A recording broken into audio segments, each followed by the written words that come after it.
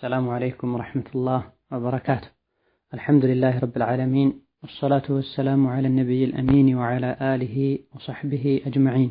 أما بعد، يلتسنيو ربيع الأول هيا عند شرات متو 38 ክፍል 24 የአሕባሾች እምነት በሚዛን ላይ የሚለው ትምህርታችን ዛሬ በአላህ ፈቃድ የምናየው ባለፉት ተከታታይ ረጅም ሳምንታት ስናየው የነበረው የተለያየ የሽርክና የቢድዓ አይነት ዒባዳን ከአላህ ውጪ ላለ አካላት አሳልፎ የመስጠት ከባድ ወንጀል ሰበቡ መንስኤው ምን እንደሆነ ይሆናል።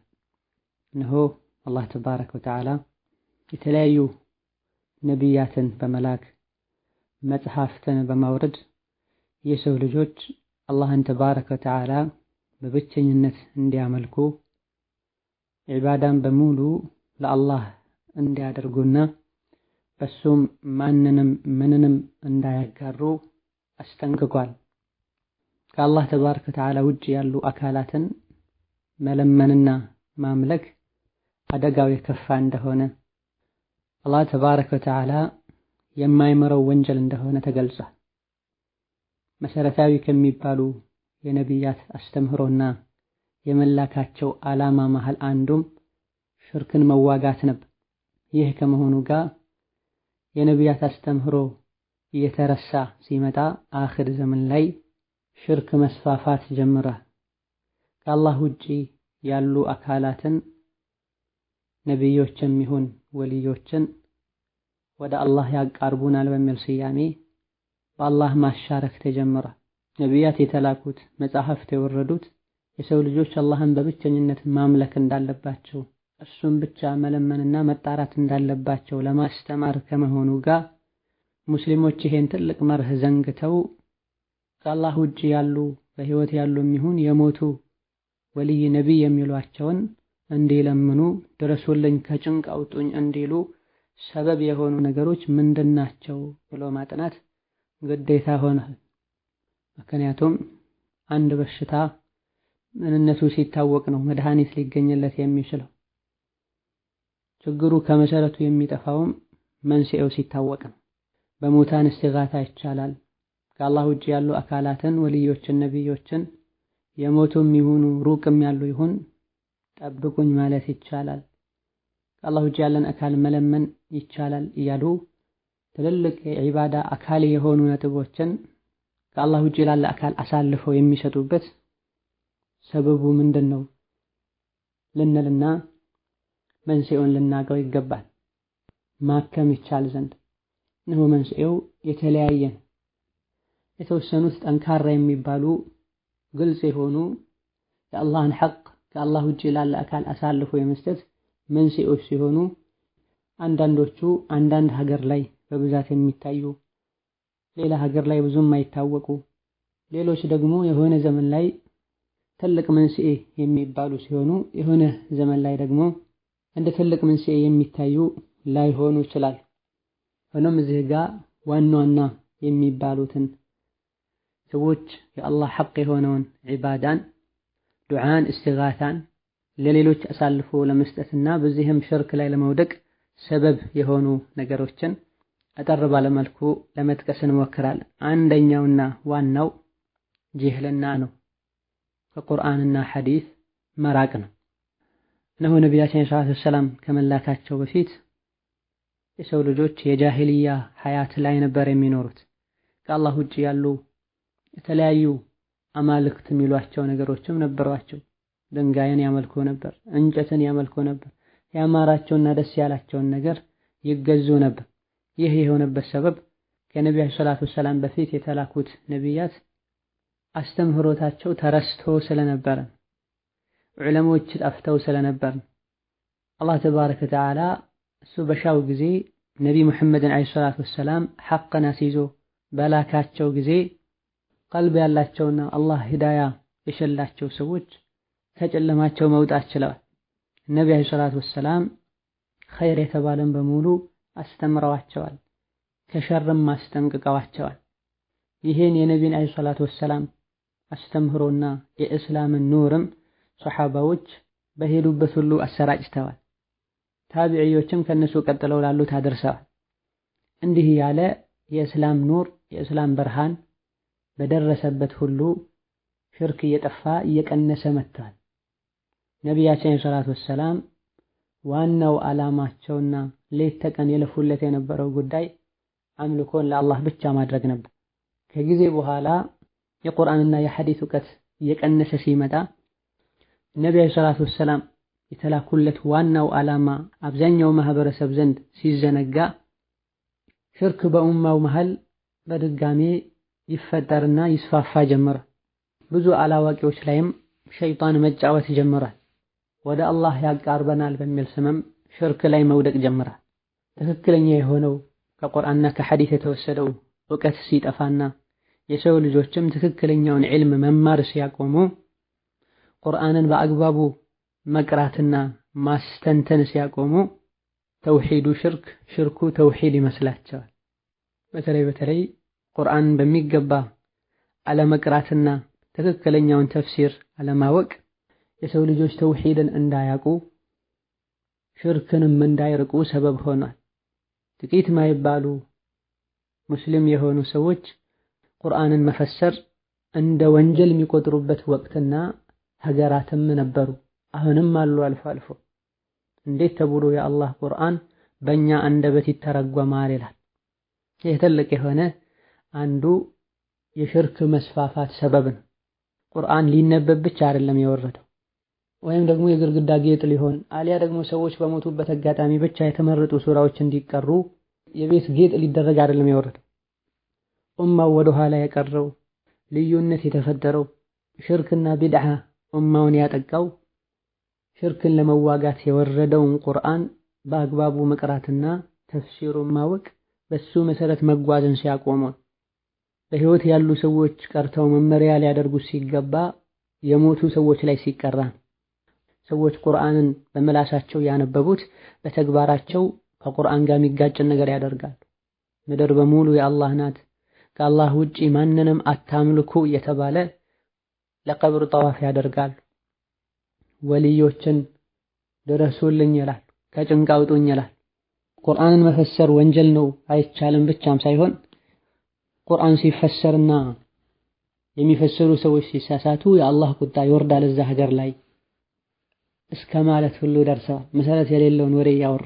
ነዓም ቁርአን ለመፈሰር ሸርጥ አለው። ቁርአን የሚፈስር ሰው የቁርአንን ዓላማ የሚያውቅ ሊሆን ይገባዋል። አረብኛ ጠንቅቆ የሚያውቅ ሊሆን ይገባዋል።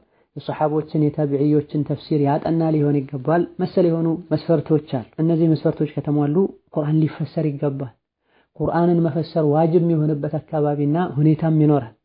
ቁርአን የሚከብድና የማይገባ ነገርም አይደለም፣ ግልጽ ነው፣ ዋضح ነው። አላህ በተከበረው ቁርአኑ ወለቀድ አንዘልና ኢለይከ አያቲን በይናት ብር ግልጽ የሆኑ አንቀጾችን አንተ ላይ አውርደናል ብር።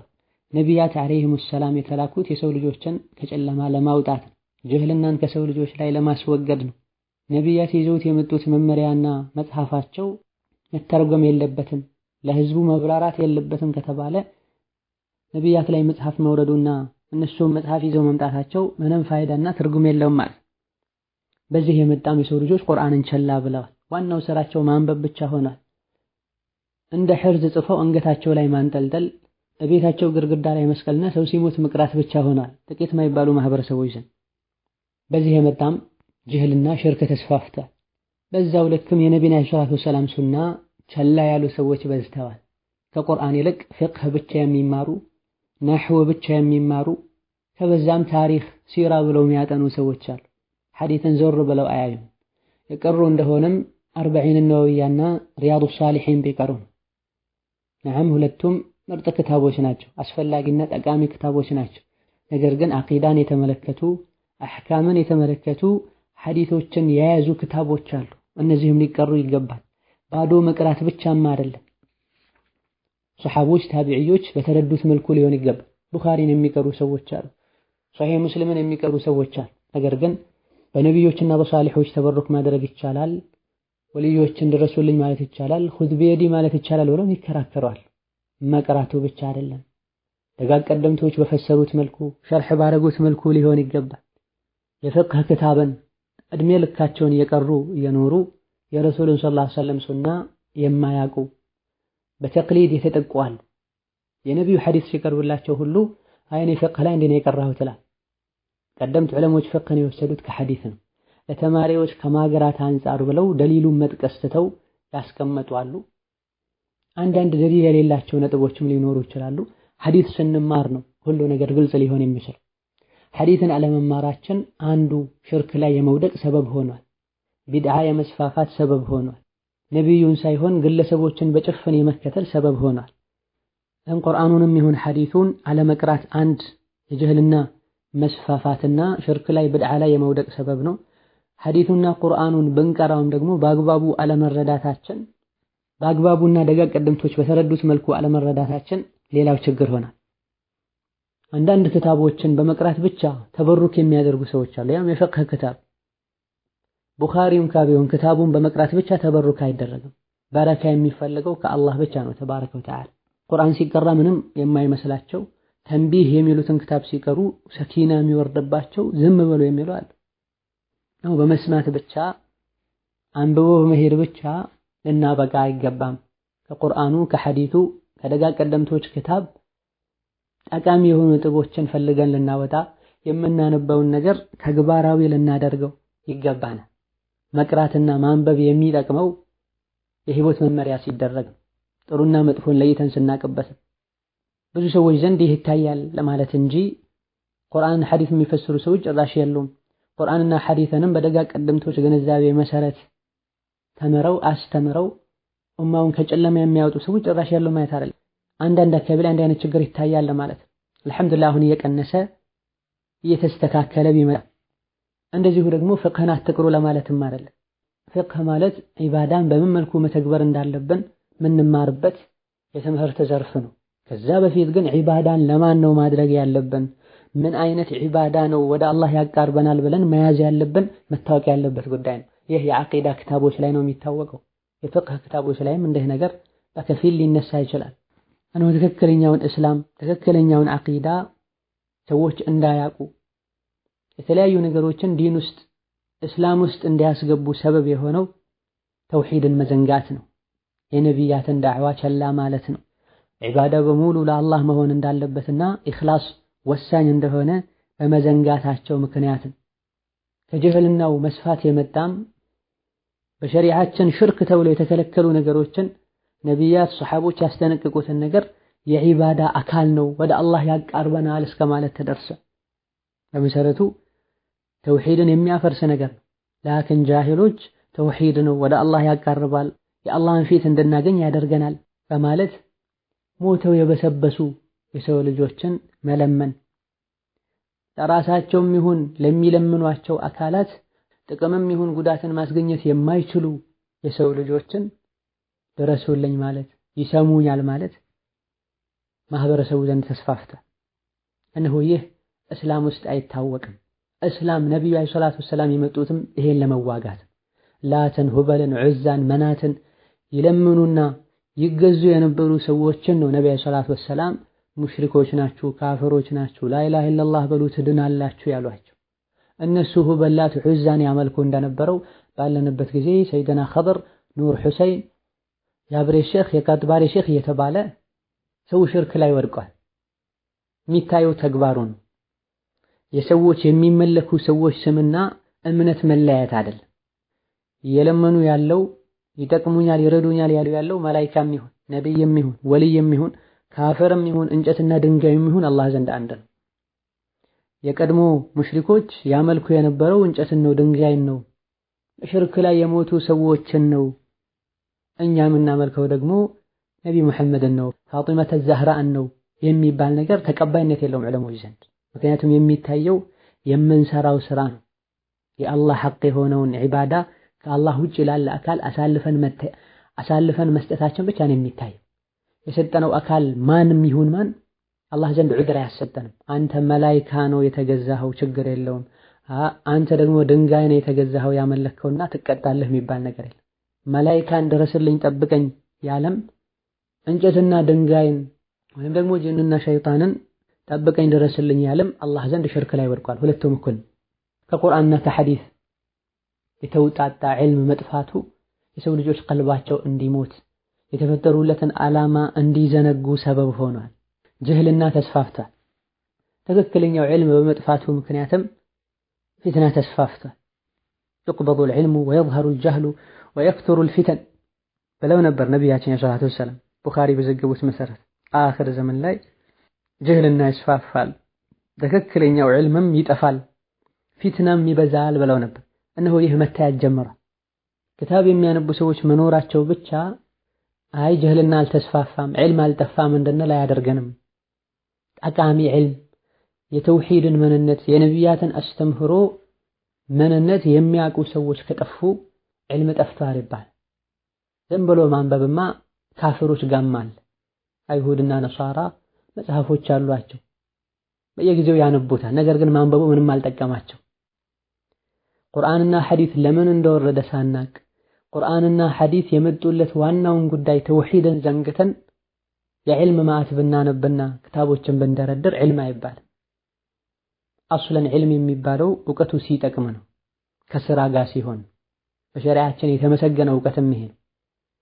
ዓለም ነው ተብሎ አንድ ሰው የሚደነቀው እውቀት አለው ተብሎ የሚመሰገነው እውቀቱ ጠቃሚ እውቀት ሲሆን፣ ወደ አላህ የሚያቃርብ እውቀት ሲሆን፣ ሰዎችን ከጨለማ ከኩፍር ከሽርክ የሚያወጣ ሲሆን። አማ እውቀቱ ከቁርአን ከሐዲስ ካልተወሰደ እውቀቱ ጠቃሚ ካልሆነና በእውቀቱ ካልሰራበት ሙሐቂቆች ዘንድ ዑለሞች ዘንድ ዕልም አይባልም። በቁርአንና በሐዲስ የተመሰገነው ዕልም አለው አይባልም። ከስምንተኛው ከሰባተኛው ዘመን ጀምሮ ዑለሞች ይህ ጉዳይ አሳስቧቸው ብዙ ብለዋል፣ ብዙ ጽፈዋል፣ ተናግረዋል። ሽርክ ማህበረሰቡ ዘንድ ተስፋፍቷል። ጅህልና ህዝቡን አጥቅቷል። ጠቃሚው ትክክለኛው እውቀት እየቀነሰ መጥቷል። በዚህ የመጣም መጥፎ ነገር ተሰራጭቷል። ጥሩ መጥፎ ሆኗል፣ መጥፎው ጥሩ ሆኗል። ሱናው ቢድዓ፣ ቢድዓው ሱና መስሎ ታይቷቸዋል ብዙ ሰዎች። የእስላም ትክክለኛው አስተምህሮም እየጠፋ መጥቷል። ሱና ላይ ያሉ ሰዎችን በዚህ የመጣ አዲስ ነገር እንዳመጡ እየታየ ነው። ሞኞችና አላዋቂዎች መሪነትን ይዘዋል። ሰዎች ከፍ ከፍ አድርገዋቸውም የሱናን ተቃራኒ እየተናገሩ ዓለም ተብለዋል። ከመሆኑም ጋር አልሐምዱሊላህ ቁጥራቸው አነስተኛ ቢሆንም ሁሉም ቦታ ላይ ነቢዩና ሰለላሁ ዐለይሂ ወሰለም የሚከተሉ ሱና ላይ ያሉ ሰዎች አይጠፉም። አህለ ሽርክና አህለ ቢድዓ ቢዋጓቸውም ብለዋል። ሐቅን ላለመቀበል ጥሩና መጥፎን ለይቶ ላለማወቅ ትልቁ ሰበብ ጅህልና ነው። ጅህልናንም አለማወቅ ነው። ጅህልናው የተስፋፋበት ዋናው ምክንያት ቁርአንና ሐዲስን አለማጥናት ነው፣ በሚገባ አለመረዳት ነው። ቀደም እንዳልነው ሁለተኛው ቁርአንና ሐዲስን የተወሰኑ ሰዎች ቢማሩና ቢቀሩም ዋናው ነቢያት ይዘውት የመጡት መልእክትና ዳዕዋ ጥሪያቸው ምን እንደነበረ አለማወቅ ነው። የተለያዩ ነገሮችን ሊያውቁ ይችላሉ። ነገር ግን ማወቅ ያለባቸው ቅድሚያ ሊሰጥ የሚገባውን የተውሂድን የሱናን ጉዳይ ቸላ ብለው ዘንግተውታል። የቀሩና ያነበቡ እንደሆነም ከዋናው ጉዳይ ጋር ግንኙነት ያለውን ነገር አይደለም የሚሰሩት። ሰው በሽርክ በቢድዓ በኩፍር የተጨማለቀ እየተማሩ ያለው ሌላ ነገር ነው። ምናልባት ሽርካቸውን የሚቃወም ነገር ሊያነቡ ሊቀሩ ይችላሉ። ነገር ግን ሽርክ ምንድነው፣ ኩፍር ምንድነው፣ ቢድዓ ምንድነው ጠንቅቀው ባለማወቃቸው ግንዛቤያቸው የተሳሳተ በመሆኑ መቅራቱ ምንም አልጠቀማቸው። ሽርክ ላይ የመውደቅ ቢድዓ ላይ የመውደቅ ከአላህ ውጭ ያሉ አካላትን መጣራት የዒባዳ አካል ነው፣ ይቻላል፣ ወደ አላህ ያቃርቡናል ብሎ ማለት የተስፋፋበት ዋና ሰበቡ ጅህልና እንደሆነ ሰዎችን በጭፍን መከተል እንደሆነ በርካታ ዑለሞች ገልጸዋል። በመሆኑም ልንቀራ ልንማር ጥርት ያለውን እውቀት ለቤተሰቦቻችን፣ ለዘመዶቻችን፣ ለጎረቤቶቻችን ልናደርስ ይገባናል። መጥፎን ነገር ስናይ ልንቃወም፣ በተቻለው ያክል ለማስወገድ ካልሆነም ለማቅለል ልንሞክር ይገባናል። በሕክማ በለዘብተኝነት ማስረጃውን ከመንገር ጋር አደገኝነቱን ከመግለጽ ጋር ማለት ነው። ሌላውና ሁለተኛው ሽርክ የመስፋፋቱ ከአላህ ውጭ ያሉ ማንም ይሁኑ ማን ወደ አላህ ያቃርቡኛል ብሎ የመጣራት የመለመን ጠብቁልኝ ድረሱኝ የማለት ሰበብ የተለያዩ በዚህ ዙሪያ የሚሰራጩ ሹብሃዎች በሽታዎች ናቸው። ከአላህ ውጭ ያለን አካል መለመን መጣራት ድረስልኝ ጠብቀኝ ማለት ይቻላል ብለው እንደ ደሊል የሚያቀርቧቸው እንደ ብዥታ የሚያነሷቸው ነገሮች አሉ። ቀብርን የሚያመልኩ ሰዎች እንደዚሁ ወልዮችን ነብዮችን ጠብቁኝ፣ ድረሱልኝ፣ እጄን ያዙኝ የሚሉ ሰዎች ግልጽ የሆነ ከቁርአን ከሐዲስ ማስረጃ ኖሯቸው አይደለም። እነሆ አብዛኞቹ በጀህልና ሰው ሲያደርግ ስላዩ ነው። ይሄ ነገር ይቻላል ብለው ህዝቡን ወደዚህ የሚጣሩት ደግሞ የሚከተሏቸው መሰረት የሚያደርጓቸው ብዥታዎችና ውዥንብሮች አሉ እንጂ ረሱል እንዲህ ብለዋል ብለው ጥርት ያለ ሐዲስ ግልጽ የሆነ ሐዲስ ማምጣት አይችሉም። ቁርአን ማምጣት አይችሉም። ያመጡ እንደሆነም ግልጽ በሆነ መልኩ እነሱ የሰሩትና ያሉት ያለውን ነገር የሚያጠናክር አይደል። እነሆ በጥቅሉ ሹብሃቸው ብዥታቸው በሶስት ይከፈላል። አንደኛው ግልጽ ያልሆኑ እነሱን በሚገባ ያልተረዷቸው የቁርአንና የሐዲስ ጥቅሶች ናቸው። ቢበዛ ቢያመጡ ሐቂቃውን ማዕና ሳያውቁት ከእነሱ በፊት የነበሩ ሰሐባ ታቢዕዮች በዚህ ዙሪያ ያሉትን ዞር ብለው ሳይመለከቱ በዛሂር ብቻ ቃሉ እነሱ የሚሰሩትን ስራ የሚደግፍ መስሎ ስለታያቸው የሚያቀርቧቸው ደሊሎች አሉ። ሌላኛው የተዋሹ ነቢ ላይ የተቀጠፉ ሐዲሶች ናቸው። ቀብር ለማምለክ ከወልዮች በረካ ለመፈለግ ከጭንቅ ያወጣሉ ለማለት የሚያቀርቧቸው ሐዲስ የሚሏቸው ነገሮች አሉ። ነቢ ላይ የተለጠፉ የተዋሹ የተቀጠፉ ሐዲሶች ናቸው። ሌላውና ሶስተኛው ሂካያት በመባል የሚታወቁ ነገሮች ሲሆኑ አገሌ የሚባለው ሰው ወልዮች እንዲያረጉለት ልጅ ሰጡት፣ ቀብር ላይ እስቲጋታ አድርጎ ከጭንቁ ወጣ፣ አገሌ የሚባለውን ወሊ ተጣርቶ ፈጥኖ ደረሰለት፣ ሓጃው ወጣለት፣ የፈለገውን አገኘ ብለው የሚያወሩት ነገር አለ። እንደዚህ አይነት ሂካያና ወሬዎች ሸይጣን መሳስሎባቸው ሊሆን ይችላል። ይህን ካሁን ቀደም እንዲህ አይነት ነገር እንዳለ ክፍል 20 ወይም 21 ደርስ ላይ አብራርተናል። አንዳንዴ ሸይጣን ሰው ተመስሎ ይመጣላቸዋል። አንዳንዴ የሷሊሖችን የወልዮችን ስም ይዞ ይመጣል። የለመኑትን ነገር የጠየቁትን ነገርም ያደርግላቸዋል አላህ ሊፈተናቸው። አላዋቂዎች ደግሞ ይሄን የፈጸመው ወልይ ነው ይጠቅማል ይጎዳል ያሉት ግለሰብ ራሱ ይመስላቸው። ይሄም የግለሰቡ ከራማ ተደርጎ ይወሰዳል። አንዳንዴ ከሰማይ ምግብ ሁሉ ሊጥልላቸው ይችላል። አየር ላይ ሁሉ ሲበር እገሌን አየነው ሊሉ ይችላሉ። ሸይጣን የማያደርገው ነገር የለም። ከአላህ ውጪ ያለን አካል በግልጽ የሚያመልኩና ኩፍር ላይ ያሉ ሰዎችም ኩፍር ላይ መውደቃቸው አንዱ ሰበብ ይሄ ነው። የሰው ልጆች ዱንያ ላይ እስካሉ ድረስ በሸይጣን መፈተናቸው አያቆምም። አለም አሐድ ኢለይኩም ያ በኒ አደም አላ ተዕቡዱ ሸይጣን ኢነሁ ለኩም ዐዱው ሙቢን ተብሏል። ግልጽ የሆነ ጠላታችን የሰው ልጆችን ከማጥመም ከማክፈር ከጌታቸው ከማጋጨት አይቦዘን። ወለአትየነሁም ሚን በይኒ አይዲሂም ወሚን ኸልፊሂም ወዐን አይማኒሂም ወዐን ሸማኢሊሂም ወላ ተጅዱ አክተረሁም ሻኪሪን ብሎም ዝተዋል። ባሮችህን አብዛኞቹን አንተ የምትወደውን ስራ የሚሰሩ ሆነው አታገኛቸውም፣ ከፊትም ከኋላም ከግራም ከቀኝም መጥቼ አጠማቸዋለሁ ብሏል። የተለያዩ ስራዎችን ሰርቶ የሰው ልጆችን ያጠማል፣ ብዥታ ውስጥ ይከታቸዋል። የቁርአንና የሐዲስ ብርሃን ውስጡ ላይ ያለ ሰው ተውሂዱ ጠንካራ የሆነ ሰው ካልሆነ በስተቀር ሸይጣን ሰዎችን በቀላሉ ማጥቃት ይችላል። ኢማኑ ተውሂዱ ዒልሙ ጠንከር ባለ ቁጥር ሸይጣን ያታለላቸው ሰዎች ስራም ከንቱ እንደሆነ ማወቅ ይችላል። ሽርክና ጀህልና በበዛ ቁጥር ሸይጣን ሰዎች ላይ ይጫወታል፣ ሴራውም ይሳካለታል። የሸይጣን ከይዱ ደካማ ነው የተባለው ኢማን ያለው ሰው ዘንድ ነው፣ ዒልም ያለው ሰው ዘንድ ነው። አማ የቁርአን የሐዲስ እውቀት የሌለው ሰው ሸይጣን ይጫወትበታል፣ ሐቁን ባጥል ያደርግለታል፣ ባጥሉን ሐቅ ያደርግለታል። ለመሆኑም በዚህ ዙሪያ ሰዎች ደሊል ብለው የሚያቀርቧቸው ከቁርአን ከሐዲስ የሚጋጭ አካሄድ የሚሄዱና ከረሱሎች ከነቢያት ዳዕዋ ጋር ጥሪ ጋር የሚጋጭን ንግግር የሚናገሩ ሰዎች የሚያቀርቧቸው ማስረጃ የሚሏቸው ነገሮች ሹብሃ ናቸው፣ ማስረጃ አይደሉም፣ ብዥታ ናቸው። ወይም በትክክል ያልተረዱት የቁርአን ጥቅስ ነው አዛብተው ወጣም የፈሰሩት ከነሱ በፊት የተኛውም ሰሐባ በዛ መልኩ ያልፈሰረው፣ ወይም ደግሞ ነቢ ላይ የተዋሹና የተቀጠፉ ሐዲሶች ናቸው፣ ወይም ደግሞ እገሌ የሚባለውን ወሊ ለምኖ እገሌ ሓጃው ወጣለት እያሉ የሚጠቅሷቸው ታሪኮችና ገጠመኞች ናቸው። ዲናችን በቅሳና በገጠመኝ የተመሰረተ ዲን አይደለም።